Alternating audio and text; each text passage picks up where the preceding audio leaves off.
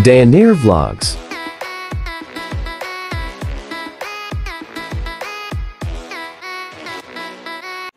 So, good morning everyone. Ako muna ang inyong makikita sa vlog na to. Dahil ang ating vloggers ay injury. Dahil sa kanyang paa, namaga, napagod. Andito tayo ngayon para bumili na ng yero. Okay na yung trusses natin. So, yan na po.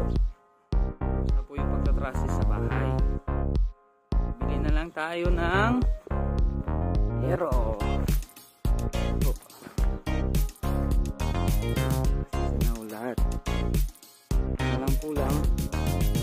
Bili tayo ngayon.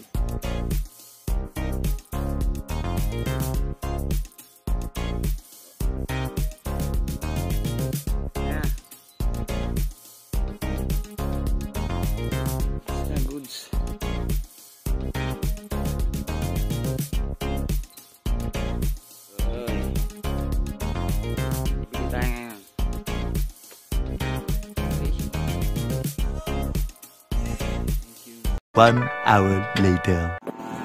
So yan, nandito na po tayo sa bibilan natin ng yero sa Hirona Tarlac sa GM G Trading.